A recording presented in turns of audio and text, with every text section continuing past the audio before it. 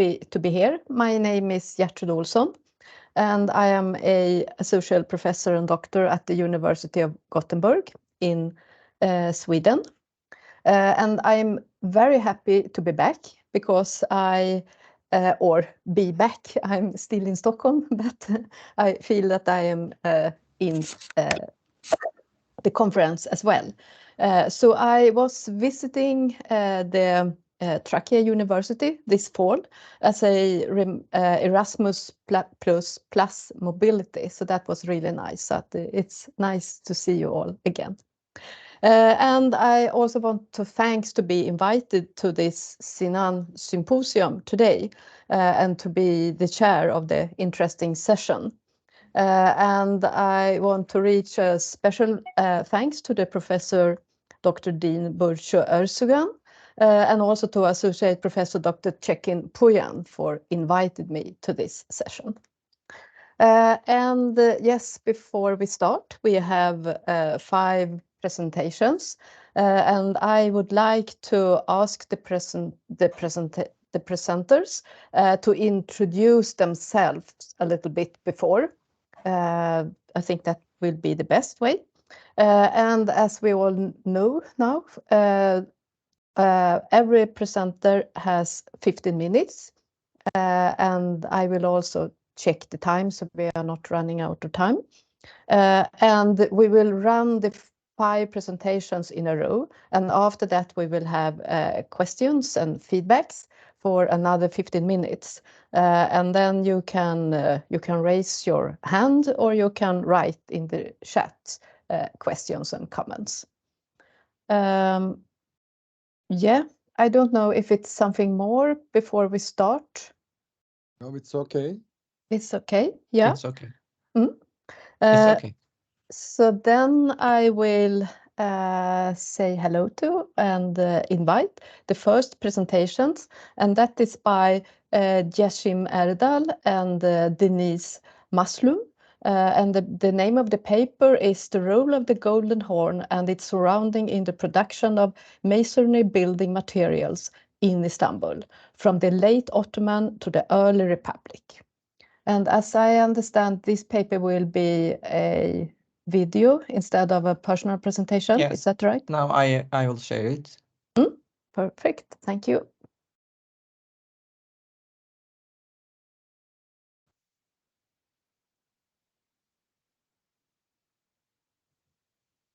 Hi everyone, I'm Yeşim Erdal. Within the scope of the 13th International Sinan Symposium, the title of our presentation is The Role of the Golden Horn and its Surroundings in the Production of Masonry Building Materials in Istanbul from the late Ottoman to the early Republic. I prepared this study with my PhD thesis advisor, Deniz Mazlum, by producing from the thesis being prepared in the restoration program at Istanbul Technical University. I'm going to present this study on behalf of both of us.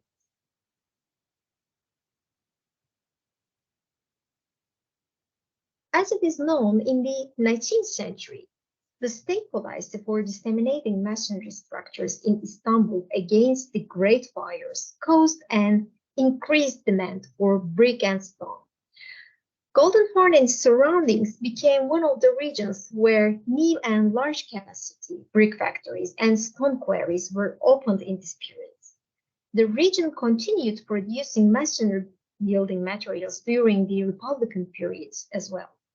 However, within the scope of the urban renewal project carried out by the Istanbul Metropolitan Municipality in the 1980s, most of facilities in the region were destroyed, and urban pattern changed radically and rapidly. In focus on our responsibility to protect and refresh the collective memory as conservation and restoration specialists, in this study, we aim to reveal the importance of Golden Horn as a production landscape of masonry building materials with previously unevaluated archive documents and to remind the heritage values about to be forgotten. In this presentation, firstly, I will briefly talk about the characteristics of the Golden Horn Valley And then I will share the archival documents related to brick production and stone quarries. In order, finally, I will examine the problems in the survival of the industrial heritage in the region.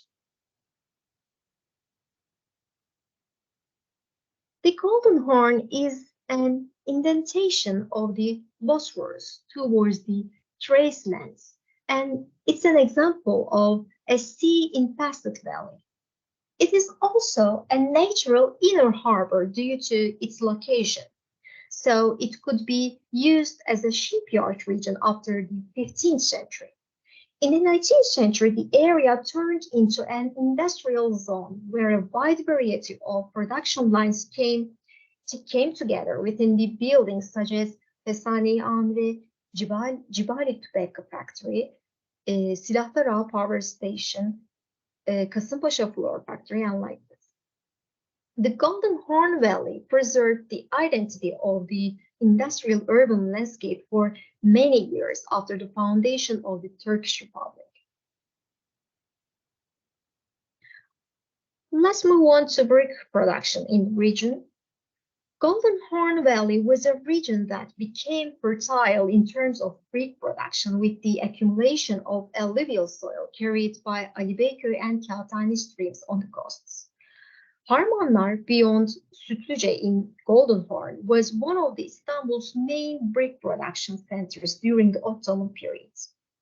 According to archival documents, there were 14 brick kilns in the region in the 18th century.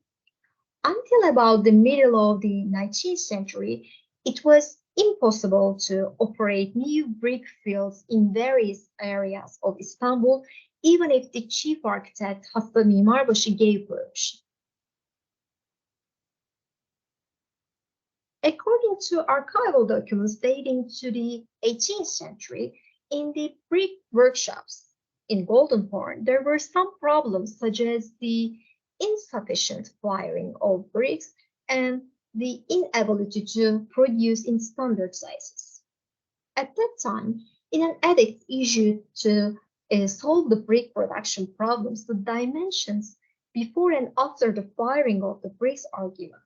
It is understood from the document that there is a difference of approximately 2 or 3 centimeters between the sizes before and after firing. In the same archive document, brick production costs, including the workers' expenses, are also given. After the declaration of Tanzimat Edict, the state's policy to popularize the masonry structures against Istanbul fires accelerated the opening of new workshops in different regions of Istanbul. Büyükdere Brick Factory is one of the first examples of starting mass production with machines in 1841. In the second half of the century, many brick factories were opened in Istanbul. On this map, prepared in line with the data obtained from archive documents, shows the locations of brick factories that opened in Istanbul in 19th century. In the second half of the 19th century, the number of brick factories increased around the Golden Horn as well. In these factories, machines and kilns, which had been patented in Europe, were used. For example, Hoffman kiln, which received a patent in 1858, was started to use in 1873 in the Kamanda brick factory for the first time. The factory in the Karaağaç region of the Golden Horn was granted a 9-year concession to produce with the Hoffman kiln. This kiln type was actually good at evenly firing bricks stacked on top of each other. Another factory that started mass production in this period was the Şahbaz Agiya Mahdumları brick factory in Sütlüce. Among the other private-owned factories established in the 1880s are Özbalçık Brick Factory, Rekor Fire and Field Brick Factory, Simon Brick Factory, Serkisfire Brick Factory, Demirsöz Fields Brick Factory, Kaşif Brick Factory, and Sarrafoğlu Pipe and Brick Factory. With the start of the First World War, many brick factories had to suspend their activities. After the foundation of the Turkish Republic, the brick industry was revived with the Industry Law of 1927. The thesis prepared by Haznedaroğlu at Istanbul University in the 1940s is one of the early studies related to brick production in the Republican period. Haznedaroğlu was actively working in the brick production sector at that time. On the other hand, he was a student at Istanbul University. According to Haznedaroğlu, in 1940s, there were 17 brick factories in Golden Horn, 11 on the northern shore and 6 on southern shore. He also states that the hollow brick was produced for the first time in the facility owned by Hasan Bey in Golden Horn. And furthermore, the first domestic fire brick was produced in Aslan Brick Factory. Actually, by the 1940s, among the facilities in Golden Horn, Aslan Brick Factory, Çelik Brick Factory, Sarrafoğlu Brick Factory, and Demirsöz Brick Factory could produce a wide variety of brick types. It is also understood from the advertisements in the newspapers of that period that these factories had a high production capacity. In the 1940s, Aslan Brick Factory was the leader in terms of production capacity because of producing adobe bricks, tiles, hollow bricks, and fire bricks throughout all months of the year with 100 horsepower machines brought from Germany, operating with a total of 12 kilns and employing 200 workers. Unfortunately, like many other production facilities in the region, this factory was completely destroyed in the 1980s. Only one brick chimney has survived from the Aslan Brick Factory. In the Republican period, on the one hand, brick production was carried out in large industrial facilities on the shores of the Golden Horn. On the other hand, traditional brick production methods continued for a long time in the upper parts of the Golden Horn Valley, around the Ali Beyköy stream and Kağıthane stream. Traces of this production can be seen in the photograph on the right, dated to 1960s. It is understood from the later map on the left that brick facilities produced with traditional methods continued their existence in the streams of Ali Beyköy and Kağıthane until the 1990s. Let's turn our attention now to limestone extraction and lime production. Istanbul and its surroundings have rich limestone quarries. During the Oturum period, dark gray blue Devonian blackstone and limestone were accepted as the most basic stone types used in buildings. Until the 19th century, limestone was extracted from some settlements in Bosphorus. These settlements are in yellow on the map. Around the middle of the 19th century, the most significant factor limiting the activities of the limestone quarries and lime kilns in the Bosphorus was starting of using coal for lime burning. Actually, coal was preferred instead of bush because the production cost could be reduced by using coal, which had a lower tax rate than bush. However, air pollution caused by coal became a crucial problem in the Bosphorus in a short time. Therefore, it was ordered to prohibit the use of coal in lime kilns on Bosphorus. Accelerated the opening of new limestone quarries around the Golden Horn as well as in different parts of Istanbul. Quarries opened in settlements such as Kınalıada, Burgazada, Ali Beyköy in the second half of 19th century are in red on the map.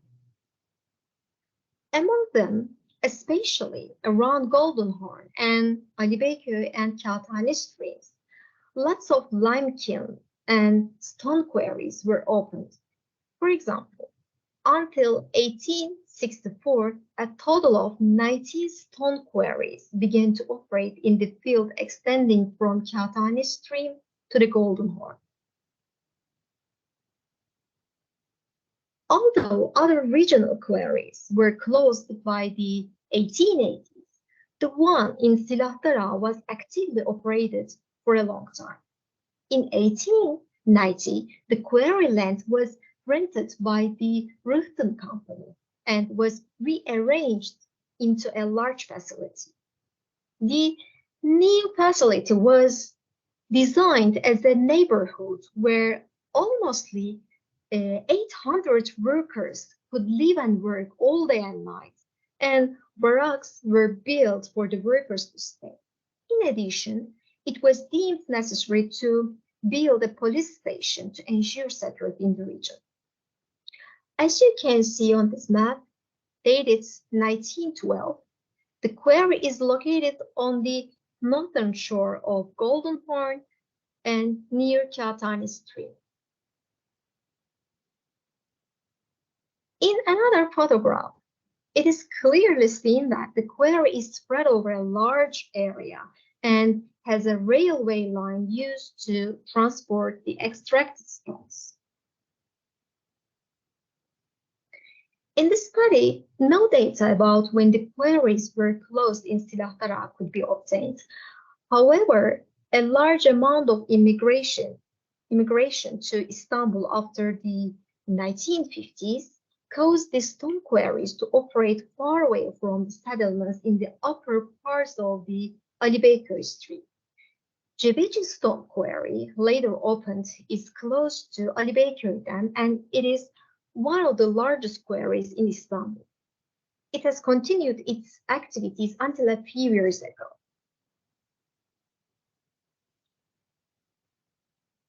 The industrial buildings located on the southern and northern shores of the Golden Horn continued their activities until the 1980s. Due to the environmental pollution caused by industrial activities that lasted for many years, it was decided to prepare a coastal rearrangement project for the Golden Horn in 1984.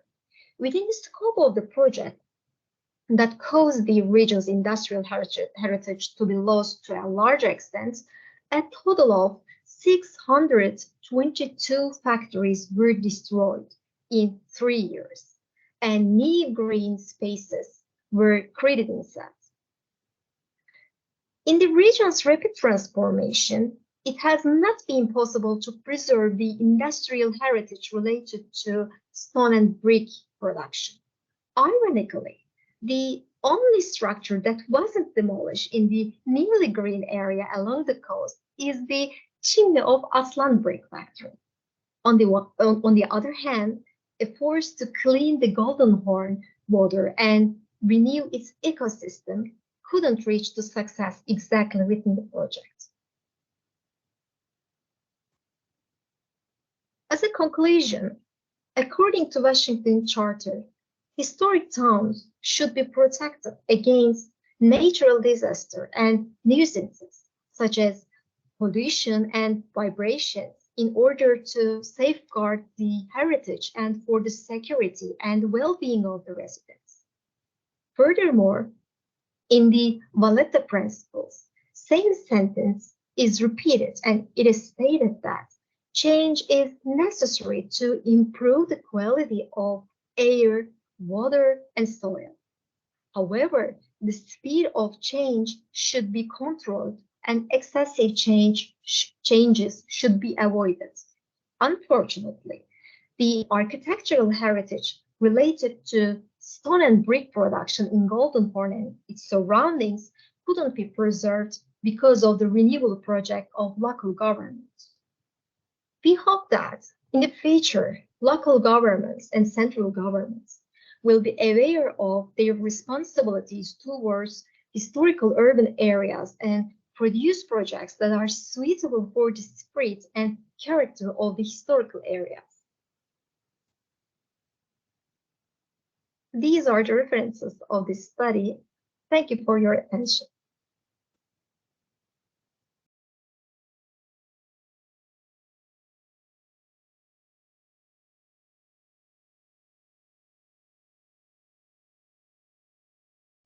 Microphone, please, Professor. Sorry. Okay, thank you very much, Yeşil Erdal. You are not here, so we continue now to the next paper. So now I will invite Gizem Gövenbas and Mukaddes Polay for the next paper. And the name of the paper is Designers' Responsibilities for Inclusive Urban Squares, Ramadal Cemil Square, Kyrenia, North Cyprus. So very welcome to present. Thank you. Yes. Could you see this? Yes. screen? Yes, Yeah. perfect. Hello, I am Gizem Gövenbas. I am assistant professor in the Department of Architecture at Prof. Kentleşme University. Today, I am going to presentation my research about the designers' responsibilities for inclusive urban squares, Ramadan Cemil Square, Kyrenia, North Cyprus. Actually, this research is a piece of my PhD research. It was completed in the supervision of Prof. Dr. Mukaddes Polay from the Architecture Department in Eastern Mediterranean University. Actually, disables nature of urban design impedes full accessibility and participation of disabled people in urban spaces, and improperly designed urban spaces are fulfilled with numerous barriers for disabled users, and these urban spaces create borders between the able-bodied and disabled user groups. Unfortunately, designers' ignorant or insensitive approach to the needs of disabled users play an active role in the formation of an environment full of barriers. Inclusive or universal design is a user-centered design approach, and it refers to design of an accessible built environment by providing maximal use for all people. It also allows each people to participate in public open space activities, and it offers a demographic and responsive environment for all users, including disabled people as well. In order to provide highly inclusive urban squares, designers have to take responsibility to create inclusive urban environments through inclusive design solutions which are more functional for disabled users. In this study, the main aim is to examine the responsibility level of the Ramadan Cemil Square rehabilitation project in Kyrenia city. Actually, in 2005, Kyrenia city was rehabilitated with the upgrade scheme, and this scheme was also included to the disabled people requirements. Therefore, this study was done. And in order to achieve the aim of a study, qualitative research methods like interview, survey with the local authority or municipal staff, and structured observations were used to collect data about the responsibility level of the Ramadan Cemil Square rehabilitation project. Architectural barriers and disabled people's exclusion in urban square. Accessibility problems of disabled people are mainly related about the inappropriate and insensitive design decision of the professionals who are responsible for the production of the architectural project. Disabled people are mainly confronted by an environment that is designed by architects, planners, or designers who have limited disability awareness and little knowledge of their basic requirements. According to Goldsmith, the basic problem actually depends on the architect's design decisions, which are mainly revolving around their two priorities. One is the producing aesthetically stunning project, and second one display their technical cleverness.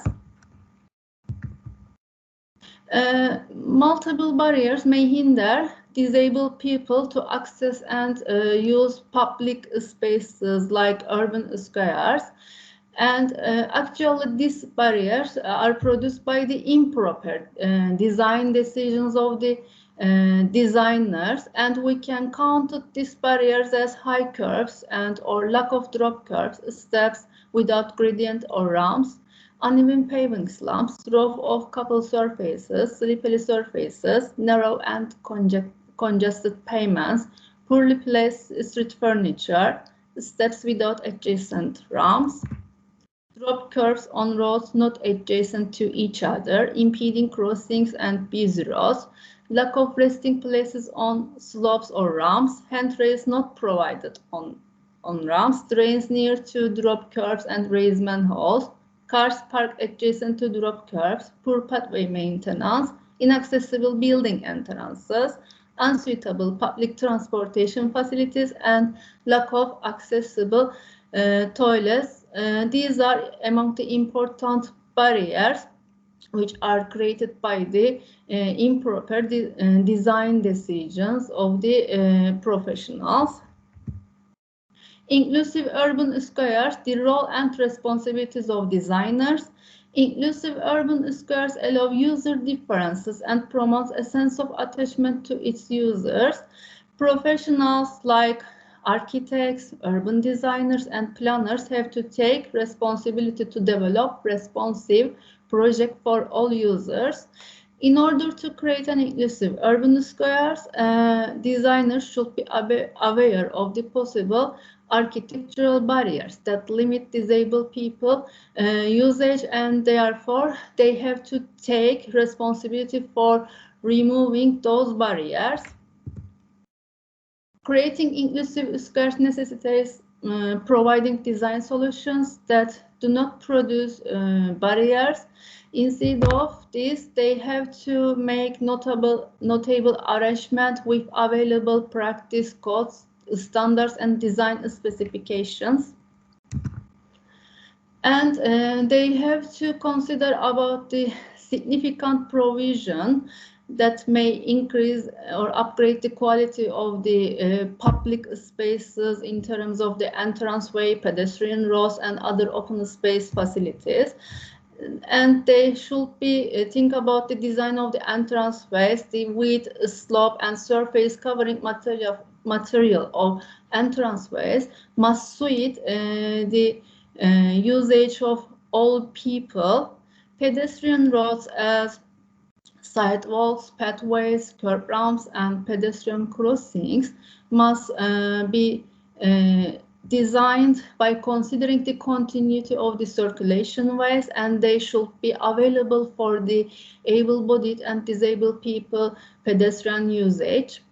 Open space facilities and services like car parking, bus stops, street furnishing elements, resting facilities, telephone booths, water fountains, automatic teller machines, garbage bins, bowlers, and public toilets should be designed according to ergonomic measures of the disabled people, and they should be welcomed by pedestrians and makes the urban square inclusive. For this study, Ramadan Cemil Square is selected as a case study. Ramadan Cemil Square is one of the important commercial square in the Kayranya Town Center. Actually, because of the location of the square that is located at the Kayranya Town Center and the backbones of the historic harbor, the square mostly used by all visitors of the city because there is a unique bus stop in the Kyrenia Town Center, and this bus stop is located in the close to this square, and there is just one big car parking that the visitors of the Kyrenia Town Center can use it. So we can say that this is the important square which all is used by almost by all passerbys of the Kyrenia Town Center and the Kyrenia seafront. Sample group. In this research, the main focus is the basic needs of able-bodied and physically disabled pedestrians like wheelchair or scooter users, people with walking devices such as canes, crutches, and mobility frames, people with hand and arm deficiencies, pregnant women, elderly people, people with heavy loads, children under 7 years old, people having mobility difficulties by chronic illnesses. Method of the study. Actually, qualitative research methods were carried out with interviews and structured observations. Interviews were completed with the municipal staff for learning about the details of the rehabilitation project. Then structured observations were done for observing behavior of the users. During the interviews, the municipal staff was expected to explain the following questions. Is there a disability service in the municipality? Are there legal rules and standards that cover the needs of the disabled? Did they include the needs of the disabled in their projects? What arrangements were done for the disabled in the Ramadan Cemil Square rehabilitation project? Structured observations also were completed during the research, and structured observation on site activities and physical traces were used to gain a whole sense of participation in urban square activities. During the observation, inventory forms were completed and they were designed to document required data during each observation sessions, and determined problematic features have been documented to those forums. Actually, there were different observation sessions that were arranged in 8 separate 30-minute periods for both weekdays and the weekends, and photographs were used for supporting the findings about the observations. In here, you can see a sample of the observation forum, which were filled during the observations. During the observations, details about the users and observing activities were documented. In here, you can see a documentation of observation results to the behavioral maps. During each observations, in addition to the observation inventory forums, the maps also were carried out for documenting determined problematic features in the square, and some behavioral symbols also were used for determining observed problems on the map. The photographs were also used with the, and you can see at the end of all observations, overall behavioral map were completed. Interview findings. Interview findings show that there is not any separate disability unit or service in Kyrenia municipality. Designers follow the disability standard and rules which were defined in the manual of the Chamber of Turkish Cypriot Architects. Modifications for people with disabilities were also included in the scheme, partially completed upgrades regarding rehabilitation of pedestrian areas like side walls, curb ramps, pedestrian crossing, and car parking areas. In here, you can see the completed works by the municipality, Kyrenia municipality, which are related to included some modifications toward the disabled people usage, like widening and repaving sidewalks by removing improperly placed gratings, renewing a drainage system to prevent the accumulation of water on sidewalks, designing curb ramps at pedestrian crossings which do not have cut-through, changing curb ramp gradient with suitable slopes, designing ramps for some level differences, installation of more car parking facilities by designating or adding accessible parking places. They also extended the curb into the parking lots designated for disabled users. We can see installation of informational signage for designated parking facilities. There is also placement of safety bollards to protect pedestrians from vehicle traffic, installation of more resting elements and automatic teller machines, and they also refurbish public toilets as well. And during all observations, in total, 509 users' behavior were observed. In here, you can see demographic profile of the observed users in Ramadan Cemil squares were documented in a detail, and the demographic profile were specified according to gender and mobility situation. Entranceway, it was determined that entranceways are not suitable for the disabled people usage because almost all of them have level differences, but there is not any ramp design consideration, so they are inaccessible for disabled users. Pedestrian roads, obstacles, there was many obstacles that were determined during the observations. Obstacles like stairs and landscaping elements. You can see here overgrown trees in the middle of the pedestrian road. This kind of problems were determined during the observations, and these creates problematic usage for the disabled people. The surface material is also not suitable for all users. Automatic teller machines are not available for disabled users because they are not allowed to frontal approach, especially for the wheelchair users.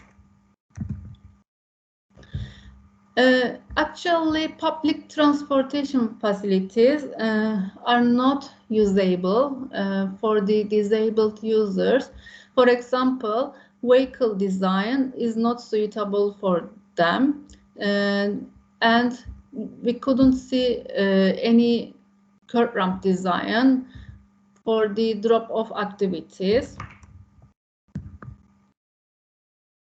And car parking facilities also are difficult for the elderly people because there is one big car parking. It is too far to the desired activities, especially the number of the designated car parking facilities for the disabled people is not enough.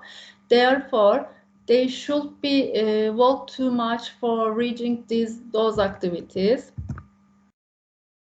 Public toilets, during the observation, it was determined that in Ramadan Cemil Square and its close surrounding, there was 2 public toilets. One is located at the basement with the stairs. It is also inaccessible for the disabled people.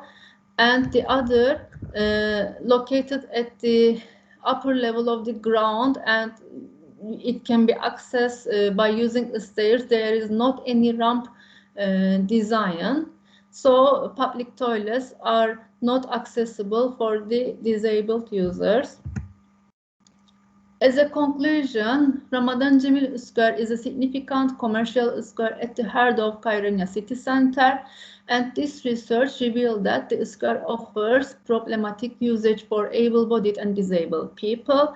Designers should be aware of required measurements that promote inclusion in the urban square, and they need to take responsibility for the inclusive urban square project by reviewing the deficiencies of the current design. And in the study, there were some recommendations were given for providing inclusive Ramadan Jamil Square, like building entranceway must be redesigned with the placement of suitable ramp, non-slippery and made floor covering material. Pedestrian roads designs have to be revised under the framework of comprehensive planning approach, and comprehensive master plans have to be prepared under the themes of both transportation and pedestrian master plan. Open space facilities and services should be upgraded with the installation of sufficient number of street furnishing elements, lighting elements, garbage bins, car parking facilities, and they have to be suitably designed in terms of ergonomic measures. As a conclusion, it can be stated that the outcome of this research is expected to provide the necessary framework to increase awareness of the project designers that can take more responsibilities for creating inclusive urban squares. These are the references that used in the study, and thank you for your attention. And thank you very much, Gisem Güvenbaş, for this presentation and this very important topic of inclusive design. And we will come back to questions later on. And now we continue with the third paper, and I will say hello and welcome to Doğan Özmücioğlu and again to Mukaddes Polay. This paper is titled Environmental Responsibility in Urban Waterfront Development through the lens of the Kyrenia Ancient Harbor Case Study. So, yeah, welcome to present. Hello, everyone. Hello, Chair. Hello, guest. My presentation is about the environmental responsibilities in urban waterfront development through the lens of Kyrenia Ancient Harbor as a case study. I am Doğan Özmücioğlu, Assistant Professor in Rauf Denktaş University, Faculty of Architecture and Department of Architecture in Nicosia. And we did this study with my valuable instructor, Professor Dr. Mukaddes Polay from Eastern Mediterranean University. Here you can see the table of content. First of all, I will introduce my study with explaining the aim, objective, hypothesis, and research question. Then I will express my methodology. Then the following title will be the theoretical summary by explaining the environmental responsibilities and urban waterfront development relation. Then the following statement will be the framework for the analysis of the environmental responsibilities, especially in the urban waterfront development. Under this title, we will define the actors and we will express their environmental responsibilities. According to the findings from the theoretical investigation, we will evaluate the Kyrenia Ancient Harbor. Then later we will conclude and we will give some recommendation for our case area. Here you can see that the research aimed to explore the environmental responsibilities of urban waterfront development projects using the Kyrenia Ancient Harbor as a case study. And the hypothesis for this article is urban waterfront development projects that prioritize environmental responsibilities like conservation of natural sources and preservation of cultural heritage lead to sustainable and resilient communities. Moreover, the collaborative planning process led to comprehensive strategies. According to this hypothesis, the questions are: what are the environmental responsibilities associated with urban waterfront development projects? And how does the Kyrenia Ancient Harbor case study exemplify these environmental responsibilities? Then the following question is: what are the potential environmental impacts of urban waterfront development projects and how can they be mitigated or avoided? What are the key stakeholders participating in urban waterfront development projects and what role do they play in ensuring environmental responsibilities in the area? Accordingly, the methodology will be followed by a literature review, then case study evaluation will be followed, then data will collect from the site, and then the collected data will be analyzed and expressed, analyzed. Then when we look to the theoretical framework, we can say that the environmental responsibilities in urban waterfront development projects refer to the obligation of developers, planners, and other stakeholders to protect and enhance the natural and cultural resources along to the waterfront while promoting sustainable and resilient development. Some examples of environmental responsibilities in urban waterfront development, including the conservation of natural sources. This involves protecting and preserving the natural sources of waterfront areas, like land, water, wildlife, and vegetation. The second one is the preservation of the cultural heritage. This involves protecting preserving the historical and cultural assets of waterfront areas, including buildings, artifacts, and sites of cultural significances. It may entail conducting archaeological studies, preserving historic buildings, and promoting cultural tourism. The third one is mitigation of environmental impacts. This involves identifying and minimizing the negative natural environmental consequences of waterfront development projects, like pollution, habitat loss, or erosion. It may entail implementing green infrastructure like rain gardens or bioswales to manage stormwater runoff and minimize the use of non-renewable sources. The fourth one is achieving sustainable development. The process involves promoting economic, social, and environmentally sustainable and long-term health and well-being of waterfront communities. It may require promoting green transportation options, like biking and walking, and promoting sustainable economic development opportunities. So urban waterfront development projects have responsibilities to ensure their natural and cultural sources survive and thrive while promoting sustainable and resilient communities. Here in this table, you can see that government and local administration having strong responsibilities, like seeking the innovative financing methods for new businesses, and they are largely responsible for boosting the constituents' living circumstances and environments, safeguarding them, and enhancing their lives. In this framework, the formulation of environmental policies, environmental sensitivity, and the efficiency of the preventative, restorative, and protective environmental protection policies should be applied with the proper governmenting actions. So the other responsible authorities are like urban designers, planners, developers, and also with the collaboration of the port authorities and also with the entrepreneurs. Architects, all these authorities disciplines are responsible for preparing the linkage between the waterfront environment and the community. In addition, they are accountable for aesthetic and creative elements of physical surrounding. The public and private sectors frequently share their numerous tasks. The public sector should provide a favorable financial climate and an innovative atmosphere. In addition, it promises to increase synergies between the different stakeholders, like creative industries, entrepreneurs, investors, municipalities, and local governments.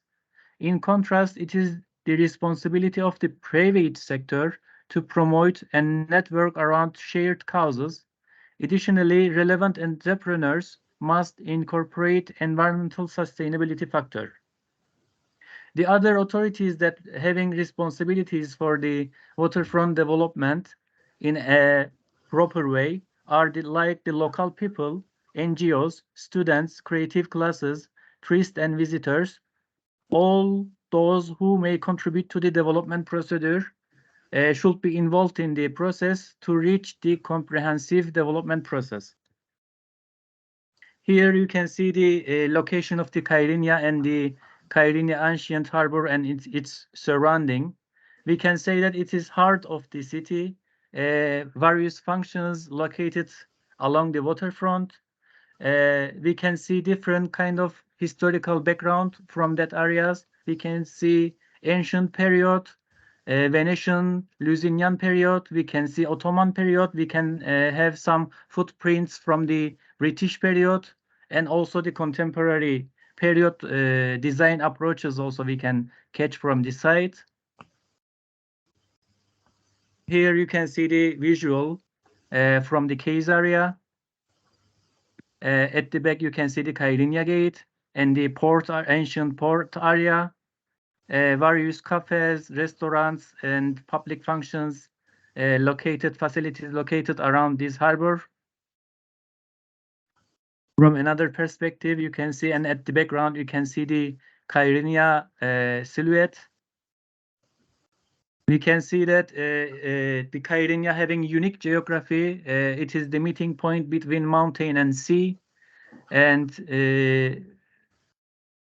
rapidly the urban planning was increased and various buildings was constructed on the city we can find here. The geography can be visible also here. Overall perspective in Kayrinya. This is the historical Kayrinya Castle. This is the port area, as we can see from the night view. The park, children park, and walking promenade can be seen here. Some squares can be found here. Green elements can be seen. Lighting elements can be seen. This is the hotel garden private area. In general, municipal difficulties include distorted construction and concentrating traffic, roads and walkways, infrastructure, lack of control, uncontrolled population expansion, failure to enforce laws, and case-specific problems related to the ancient port, poor physical condition. Users typically complain about the historical monuments, claiming that these locations are Kayrinya's favorite, yet do not receive adequate care. People stated that these historic areas should receive restoration and be transformed into tourist attractions, primarily because the ancient port area is ignored. Here in the in this second paragraph, you can see that there are various stakeholders that involved in the transformation area, transformation of the case area, like municipal council as a leader, municipal staff, central government, universities, chamber of relevant disciplines, antiquities, muhtars, and also various disciplines was involved in the process. Institutions such as Republic of Turkey XIII delegation and the European Union Commission will continue to assist in the region in the coming years. The majority of projects financed by such funders are in infrastructure and investment initiatives. Due to the effectiveness of its qualities, technical staff in project planning and monitoring, the region's municipalities can obtain substantial resources in the field. The infrastructure and investment-oriented initiatives outlined in this plan are possible with the assistance. Currently, the municipality is working on developing the concept and exploring ways to implementing it. In this study, it is aimed to clarify the environmental responsibilities of urban waterfront development, following the completion of several improvements in the Kayrinya development projects. The results turn out to be a significant contribution to the municipality's present and future advancement and continuous improvement strategies. Here are representing the result according to the evaluation from the site. When we look to the site and when we evaluate the governmental responsibilities, we can see that there is lack of sufficient progress in this regard. there is a need for extra effort to be put in developing a cooperative and comprehensive discussion area. For the local administration perspective, they have difficulty creating programs that allows them to put urban waterfront development projects on the site. Several events are necessary to increase awareness of environmental responsibilities, and preventive, restorative, and proactive environmental management policies should take place. In addition, landscaping and greening are essential for safe and attractive use by all of the users. When we look from the urban designers, planners, developers, and architects' perspective, they must ensure that the people can safely navigate the area. Users of the city have difficulty gaining access to the waterfront. Additionally, inadequate parking options exist. In addition to aesthetical adjustment of the site, innovation are necessary to meet the current demands of the waterfront development. From the entrepreneurs and including public and private sectors, the public and private sectors need to pay extra attention to sharing various responsibilities at the site. A supportive financial environment and a creative environment ought to be provided by the public sector. Also, it is crucial to improve the synergies between the many groups involved, like the creative industries, entrepreneurs, investors, and local governments in Kyrenia. In addition, environmental sustainability issues are also necessary to consider at the future of the development. When we look at from the port authorities' perspective, they need to pay more attention to following the laws, developing the port, and making port better. In other words, port authorities should take responsibility for the success of the port cluster by administrating the port region, overseeing port activities, coordinating hinterland linkages, and generating real estate income. Additionally, port authorities face difficulties exercising administrative control to enforce rules, legislation, and procedures. Increasing attention has to be paid to sustainable port development, highlighting the importance of resolving port sustainability issues, including air quality, land use, modes, and connectivity. In the Kyrenia Ancient Harbor and its surrounding, these factors motivate port authorities to make fundamental changes to transform their port into a sustainable one. For the notable proposal for the case area, we can mention that in terms of the preservation and restoration, the primary purpose should be to preserve and restore the existing structure, artifacts, and natural environmental around the harbor. It is possible to achieve this through regular maintenance, conservation efforts, and the use of suitable materials and techniques. In terms of the tourism infrastructure, the Kyrenia Ancient Harbor has the potential to become a great tourist attraction in Cyprus. There is a need to develop tourism infrastructure like visitor centers, information kiosks, restaurants, and souvenir shops. Tour guides and audio guides can assist visitors in gaining a more immersive experience. In terms of the cultural and educational activities, visitors should welcome to use the harbor for cultural and educational activities. It can include exhibitions, workshops, and lectures on the region's history, culture, and natural environment. It will help promote a better understanding and appreciation of a harbor and its significances. In terms of the marine conservation, the area is also a valuable marine ecosystem. Protecting and conserving marine life is possible by using measures such as underwater cameras, artificial reefs, and the establishment of marine protected areas can help. It will enhance the biodiversity of the harbor and promote sustainable tourism. The fifth one, transportation and accessibility. It is improving the transportation and accessibility to the harbor is crucial for its development.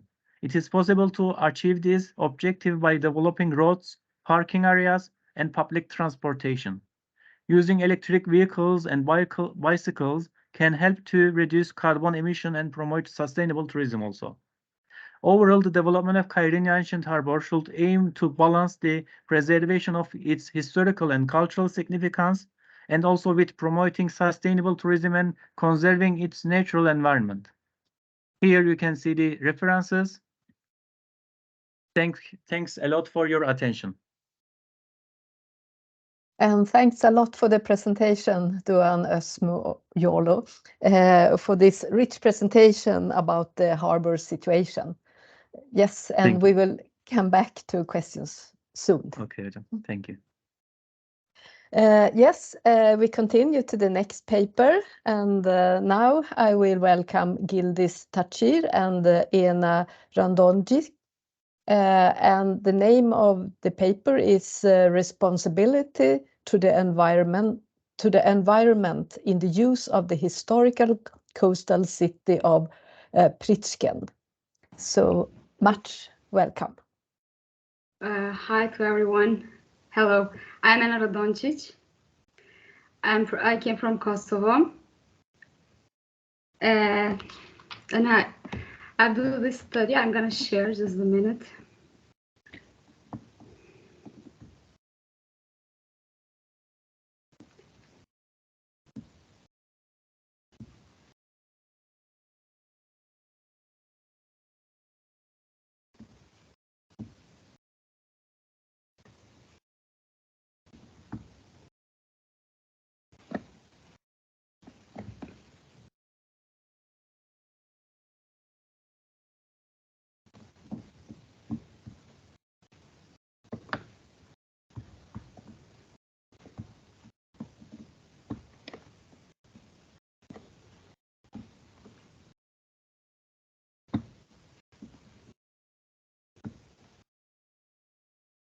Hi to everyone again.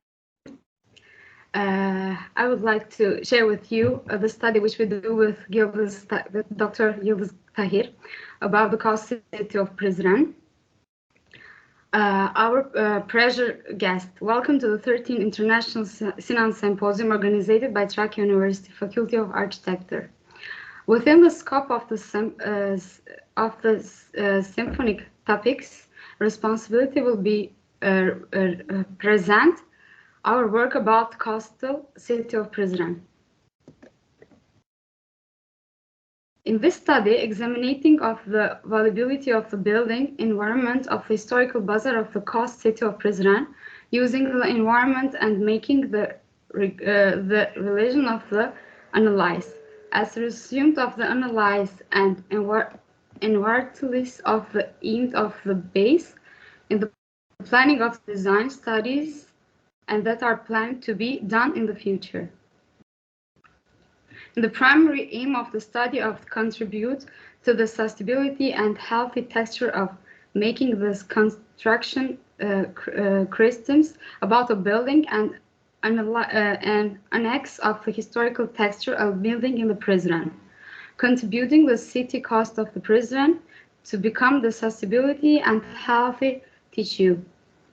Structural due decision of the historical urban fabric to be able to preview the appointment of the development, analyze, and settlement using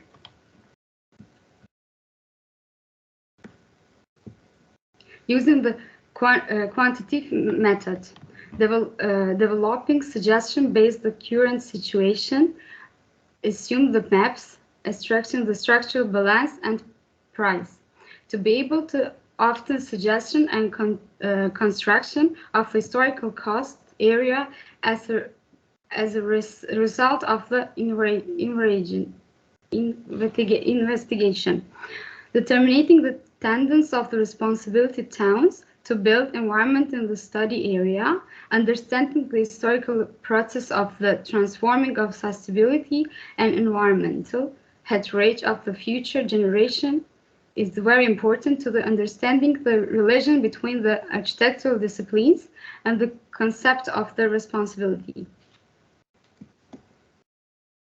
Material method, subject, possibility of the town of the historical environment, choosing the historical cost of the city of Prizren in the example, one side review, the lateral review, finding the qualitative determination of the cities of the construction, analyze the findings, environment of and evaluation of the conclusion. Depending on the original of flying of the water, sometimes the seaside statement of the form, sometimes of the tip of the island and the point of the peninsula, or the settlements there is river passed through middle of the obsessed and current responsibility of Morris. Cost city of prisoner.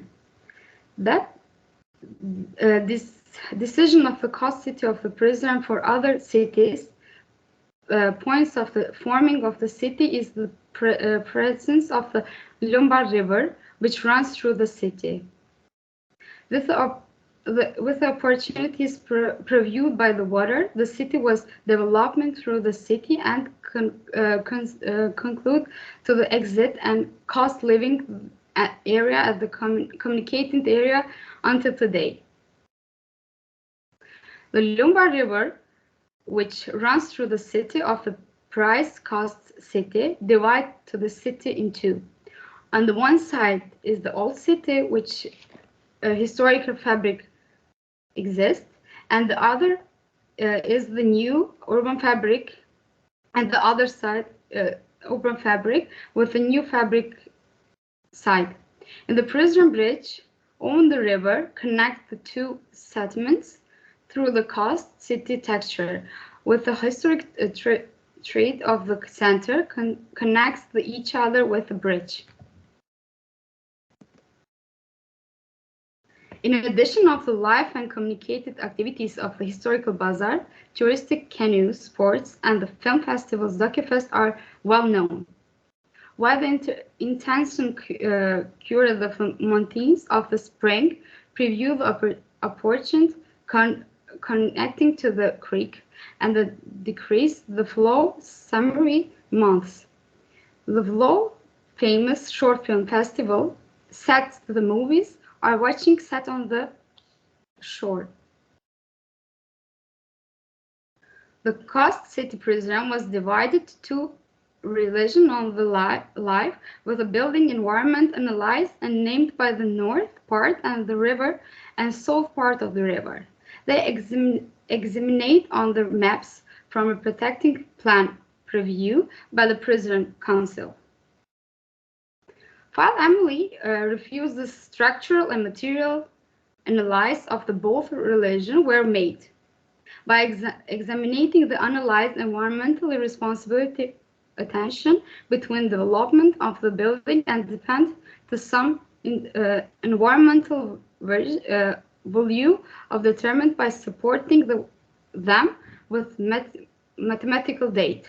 Based on determined quality resume, suggestions have been developed and responsibility will be environmentally response approach. The decision of the build environment was determined. The registration structure and full empty environment analysis of the historical bazaar and area I am spread by regression of the board have been transformed to a table system. In line of the holist view, built environment, decision of both part, religion and determined.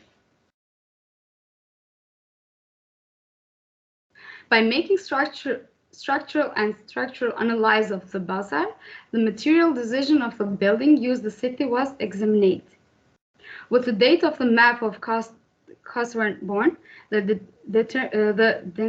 density of reinforced concrete, the materials use of salt, mud, bridge, and wood. With the traditional material tips of the determined quality, the north-south religion and the competition of the first, which is in the north, and the second religion shown in the table system. Suggestion. The suggestion about this topic, cost area should be redirected. The Solical International Space should be designed by the vaulting and costing area in the line of the public space. Cost area and transformation X should be planning according the protection and working usual. Viability, flexibility and viability space design usable for day and night use. The cost area should be planned. Costing area should be avoided in the accordions and invert design principles. The historical cost area and the bazaar area should be protected and integrated with the city, not practice of design approach, but holistic the environment approach should be adapted. In the line of the examinative responsible edition, design bring modern and conform price together with the use should be planned. Integrate the responsibility protection and sustainability planning of the historical Lombard River, coast city area and President Town, the natural built environment into the city vision should be issued. Conclusion. On the other content of the urban development of the historical cities from the existence of the coast, the preservation of the historical taxes should be preserved, and urban development should be used by paying attention of the sustainability. Historical buildings should be revitalized and integrated to this cost. Concluding to the rate and construction of the city of Prizren, the decision will the city of the new construction has increased. It is the suggestion of appointments. Historical building will be included in the city in a sustainability way by keeping the new conclusion of the constant. The ecological structure of the coast are the recreation area of the examined, integrate with the city and more effective way. And sustainability should be integrated in the development and vision of the city. Those are the references which we studied for that and the website. Thank you so much that you listened to me. Thank you very much for an interesting presentation and topic, Enar and Dodic. Thank you. Yeah. Thank you. Yes, we will soon come back to questions and feedback. Okay, thank you so much. Yeah. Bye. Okay, we continue, and now we are coming to the last presentation in this session, and I will welcome Emine Çobal-Sahin and Selina Kayhan. And the name of the paper is Responsibility for the Sukuli Mehmet Pasha Complex as a Cultural Heritage. Yes. So much welcome. We will wait a little bit because I will share the presentation with you. They are yeah, not here. okay, yeah. Okay, we take it as a video instead. Hi, my teachers and my friends. This is my presentation. First of all, let me tell you a little about myself. I am Sinan. I graduated from Turk University in this year. So I live in Lüleburgaz. Actually, I like that my living center. I feel responsible for the architecture of the city I live, and I would like to introduce this complex to you. Let's start. Responsibility for the Sukuli Mehmet Pasha complex as a cultural heritage. Environmental and social problems damage to the areas that make up the history and culture of cities. These damages lead to the loss of the identity of the cities. The geographical features that make up the city, such as the level of culture, architecture, traditions, social life, and come together in very dynamic way and mature over a long time and form the identity of the city. The basis of urban culture is urban culture. Cities may lose their cultural values and therefore their identities with the change they undergo over time.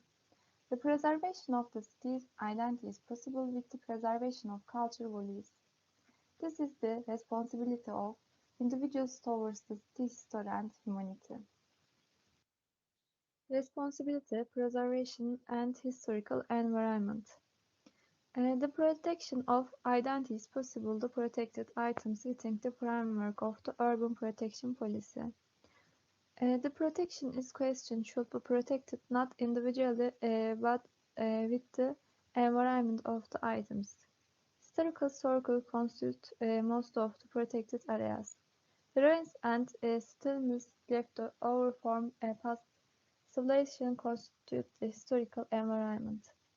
With the preservation of the historical environments, it's aimed to preservation the historical environment from extinction and integrate it into today's life. To reveal the development and change of the complex, to examine the characteristic of the open space, to present recommendation on its restoration and necessity of conservation in order to contribute of the cultural heritage. And then, Sakulu Mehmet Paşa Complex, location in Lüleburgaz, Kırklareli, year between 1569-1570, architect Mimar Sinan. Buildings of complex, mosque, medrese, arasta, karvansaray, taphane, imarat, bridge, waterways, and cistern. The complex reflects the characteristic of the period due to its architectural, social, and cultural characteristic and constitutes the identity of the city. So, its protection is a social responsibility. These photos show the evolution of complex between 1608-2022.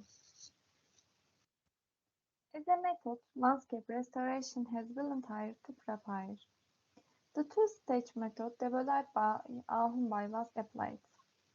In the first stage, historical and archaeological studies, art, history research, technical research, and determined the legal status of monuments, which involves the preparation of the restoration project. In the second stage, survey studies, photographs, documentation analysis has been done and finally, recommendation for the restoration has been developed. One of the preparation stage of the restoration project and then preparation of restoration project stage.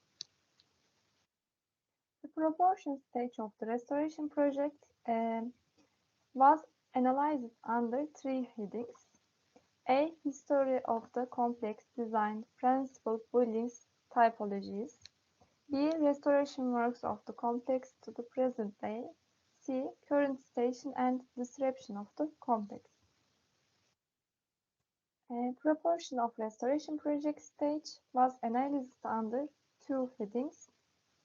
A. Open greenfield survey studies. B. Determination of constructional and flattening elements and their properties. One of the proportion stage of the restoration project. A. History of the complex design principle buildings typologies. Lüleburgaz Sakulu Mehmet Paşa complex belongs to the group of geometric complexes. The symmetry, proportion, rhythm, relationship with the material, technique, and workmanship are remarkable. The complex was built with an extremely functional and logical project. It has typical architectural features that are identified with Sinan.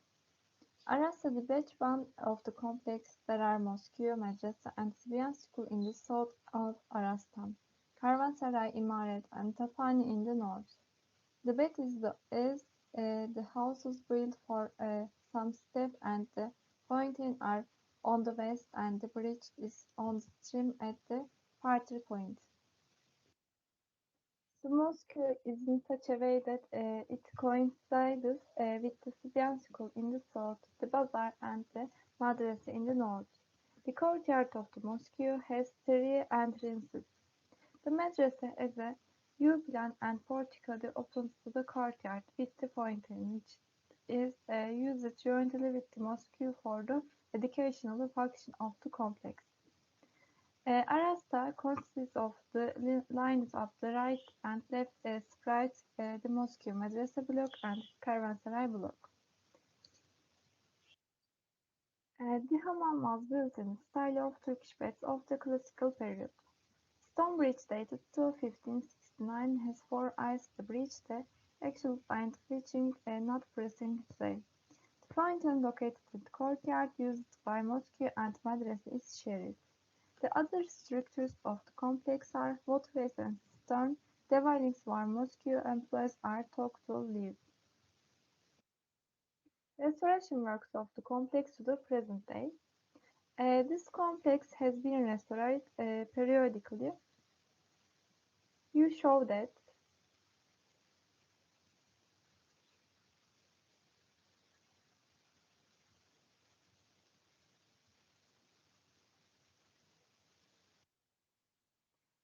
current station and description of the complex. The complex has survived with the great structural losses to nowadays. Although the current boundaries of the complex are not understood very clearly, the mosque, medrese, bath, arasta, Sibyan school within the boundary formed by the structures. And the tomb have survived at a more distant point outside the boundaries. Today, the mosque is one of the best preserved structures that have preserved its solid original character.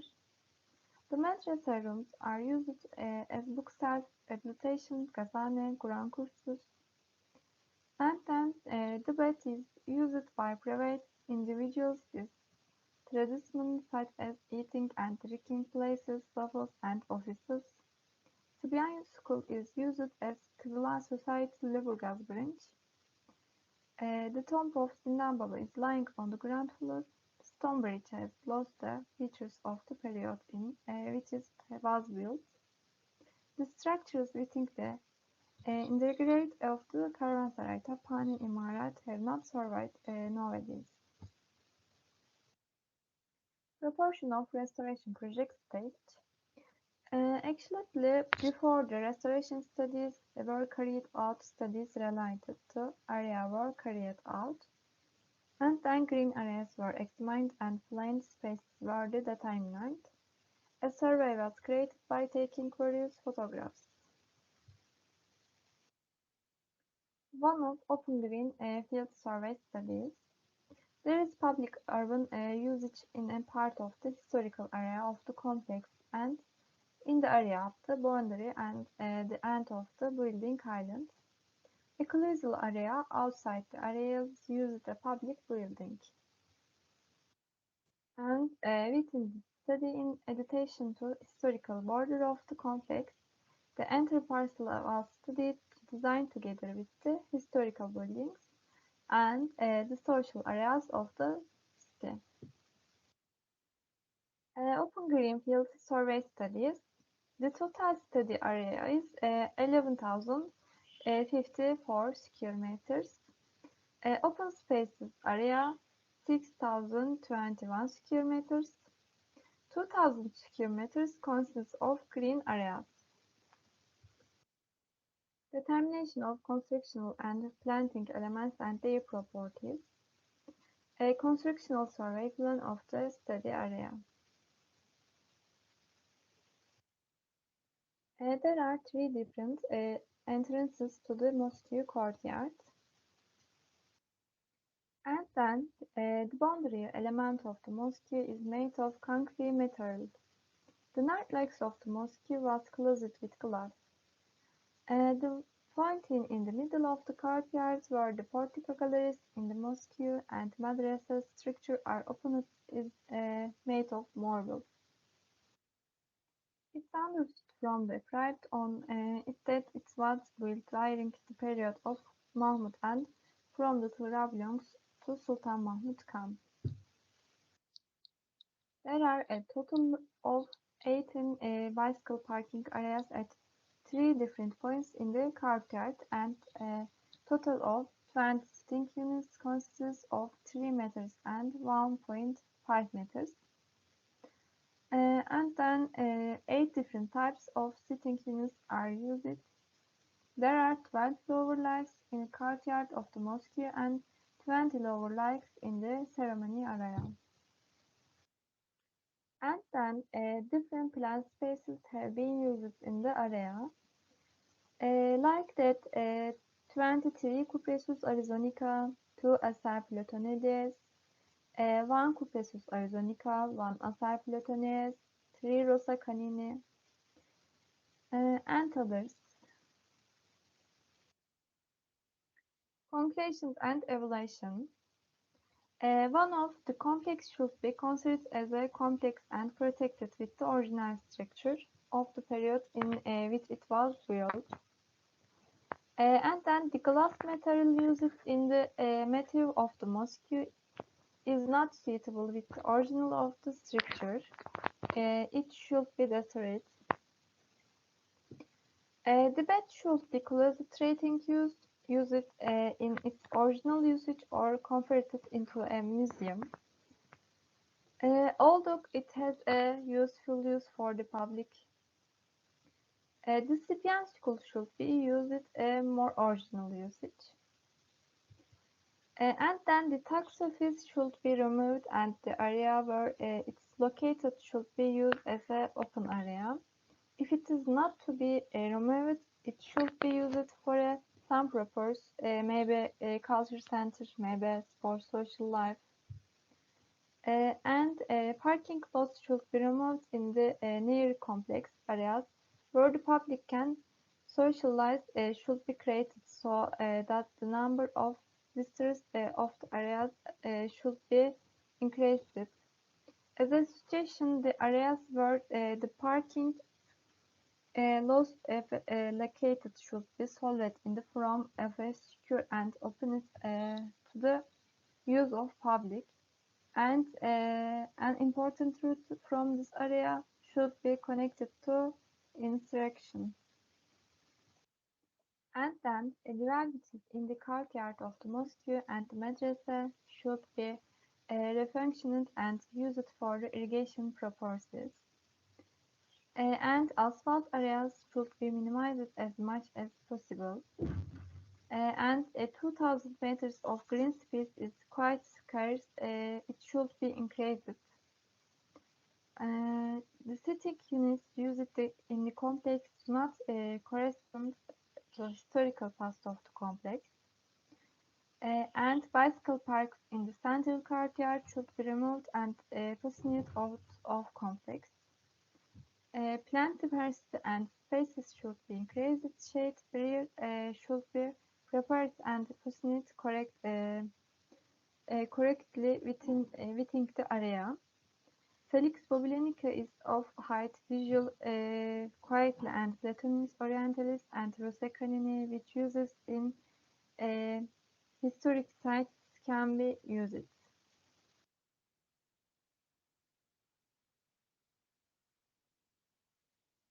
Thank you for listening to me.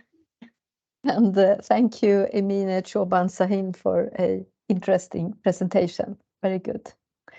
Okay, we are now coming to the end of this session, and that means that we open up for questions, feedback, and reactions to the different topics.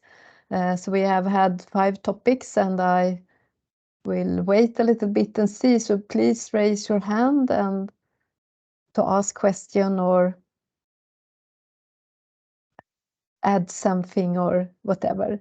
Okay, please check in på igen. Hello. First of all, I would like to congratulate all the Northern Cyprus attendees. I really miss them so much because as I graduated from Northern Cyprus Eastern Mediterranean University, I can openly say that I'm proud all of them of you all. Thank you.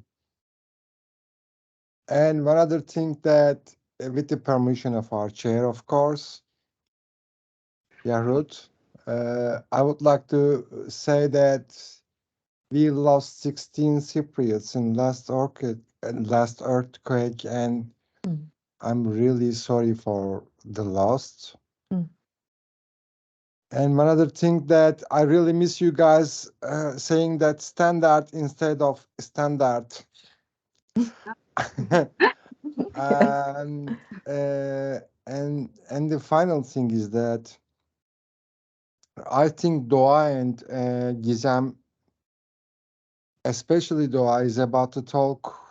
They need to less the traffic jam about in the Girne, but I don't know how do they take it because it's quite a big job. And the other thing is that the Gizem says they are trying to open the incapabilities, and that one is quite not.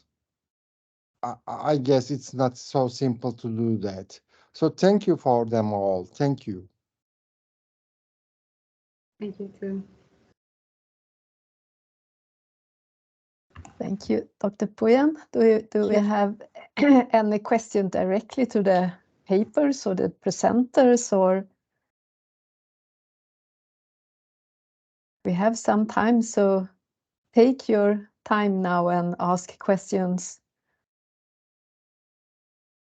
You can also have questions behind the different papers, so not only the audience, I mean.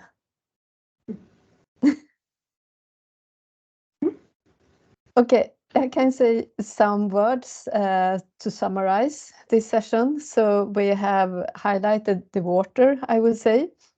So what does it mean with a coastline or a coastal city nearby a coastal and the waterfront development and so on? So we have been there for the historic view with the Golden Horn to follow the brick factory and the limestone, and also talking about the collective memory, that we need to memory the historical paths in contemporary time. To understand the development, but also to stand the time that we are in today. And for the waterfront development in Kyrenia, I think it's really interesting also to hear about also the inhabitants, the different parts in this, that we all, or you all, have your voice in it, to really highlight, to keep the waterfront alive. I think that is. So this is also like a bit of activism, that all people together have the same goal to move towards. And also to highlight the wildlife, the vegetation, so not only the harbor itself, but what it means in a bigger picture. And that also have the synergies to that inclusive design, to open up to a universal view with the urban spaces, or what we can do with this design to have that democratic view into it. So it's really necessary today to highlight this perspective. And yes, another coastal, that is the Pritsken in Kosovo, and this is also very interesting or important, I will say, to highlight the river, to see the very point of the river, and the life around, and also in that sustainability perspective to keep it as a river and nothing else, so not build it away. And yes, we ended up with the Sukuli Mehmet Pasha complex in the city nearby, Edirne, and the discussion about protection, and not only focusing on the building, but also the surroundings around, and yeah, highlight that, so we understand that I think that is also a main thing in this session, that it's only one focus, it's an overall, it's a bigger view to have that understanding, and that goes from the different papers. So I think they were really nice, connected to each other as well, and yeah, I really hope your voices will be heard in the papers, in the research, so that you can continue and the city can continue in a well way. Yeah, and I ask again, do we have any questions or comments or feedback to the presenters from the audience? Or otherwise, I say thank you very much for being here together in this session. It has been a pleasure to follow you, listening to you. We thank you, Gertrud, also. Thank you very much for your Thank you. the joining to the symposium and also for your contribution to the symposium. Thank you very much. Thank you. Thank you. Thank you very much. Thanks a lot. Yeah, thank you. Welcome. Thank you.